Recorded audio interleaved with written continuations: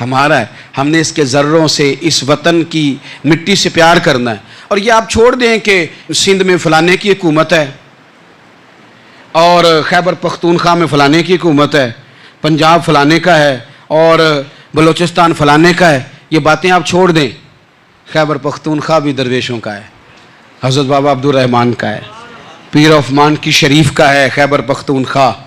سندھ حضرت عبداللہ شاہ غازی کا ہے, اور پنجاب بابا فرید کا ہے اور داتا علی اجمیری کا ہے. تو میرے عزیز, سب سے پہلے تو نظام مصطفیٰ کا مطالبہ کریں, پھر اس کی صفائی میں, ستھرائی میں, تعمیر میں, ترقی میں اپنا کردار ادا کریں. تیسری بات یہ کہ لوگوں کو یہ بات سمجھائیں ایک دوسرے کو کہ بہت زیادہ خود غرض نہ بنیں, فقط اپنے گھر کی فکر چھوڑ دیں. یہ ملتوں کا طریقہ نہیں, قومیں اس طرح نہیں بنتی. فقط اپنے گھر کی فکر کرنا. ایسی ہوا چلی ہے کہ ہر شخص سوچتا ہے تمام شہر جلے بس ایک میرا گھر نہ جلے. یہ فکر چھوڑ دیں. دیکھیں نا, ہمیں بتایا گیا, نبی کریم صلی اللہ تعالی علیہ وسلم کے فرمان نے بتایا کہ 40 گھر آگے, 40 گھر پیچھے, 40 گھر دائیں, 40 گھر بائیں, یہ تیرے پڑوسی ہیں. اور سخاوت تو کہاں سے شروع کر. حضور نے جناب ابو ذر غفاری سے فرمایا تھا کچھ نہ ہو سکے تو شوربہ ہی زیادہ پکا لیا کر, اسی سے پڑوسیوں کا بھلا کر. اپنے ارد گرد تھوڑا دیکھیں ہم کس کے کتنے کام آ سکتے ہیں, اور اگر کسی کے گھر میں کوئی پریشانی ہو تو اسے ختم کرنے کی کوشش کریں. اگر ہمارے دائیں بائیں کوئی آدمی کسی غلط چیز میں ملوث ہو تو دور کرنے کی کوشش کریں. کیوں بھلا؟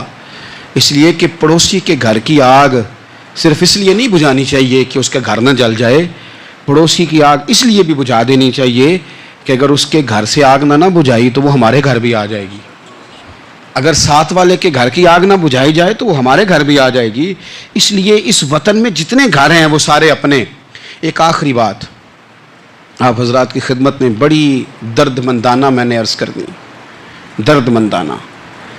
اگر سیاستدان امیر کبیر ہمارا بھلا نہیں کرتے تو چلو ہم ہی ایک دوسرے کا بھلا کرنا شروع کر دیں, تھوڑا تھوڑا نفع کرنا شروع کر دیں. حضور علیہ السلام نے فرمایا لوگوں میں بہتر وہ ہے جو لوگوں کے لیے نفع مند ہو. اگر بہت زیادہ اونچے درجے کا افسر اگر ہمیں لگتا ہے اللہ ماشاءاللہ کہ وہ کرپٹ ہے, تو جہاں جہاں ہم بیٹھے ہوئے ہیں جس جگہ پہ, ان جگہوں پہ ہی ہم ایک دوسرے کا بھلا کرنے لگ جائیں. چلو مہربانی کرے ریڑھی والا یہ سوچ لے کہ میں نے وہ پھل نہیں لے کے جانا جو لوگوں کو بیمار کر دے گا. چلے سبزی والا یہ سوچ لے کہ یہ والی سبزی اب اتنی تباہ کن ہو گئی ہے کہ بیمار کرے گی, یہ کام. چلو میڈیکل سٹور والا ہی مہربانی کرے کہ میں نے دعائیں صرف وہ لے کے آنی ہیں جو فائدہ مند ہیں, جو دعائیں ایکسپائر ہو گئی ہیں جن میں کوئی مسئلہ بن گیا ہے وہ میں نے کام نہیں کرنا. اور چلو کریانے والا ہی مہربانی کر دے, وہ بیسن ہی صحیح لے آئے یار, وہ والا نہ بیچے جو لوگوں کے لیے نقصان کا باعث. وہ بوتلیں اصلی بیچے, نقلی نہ بیچے, کیونکہ وطن ہمارا ہے.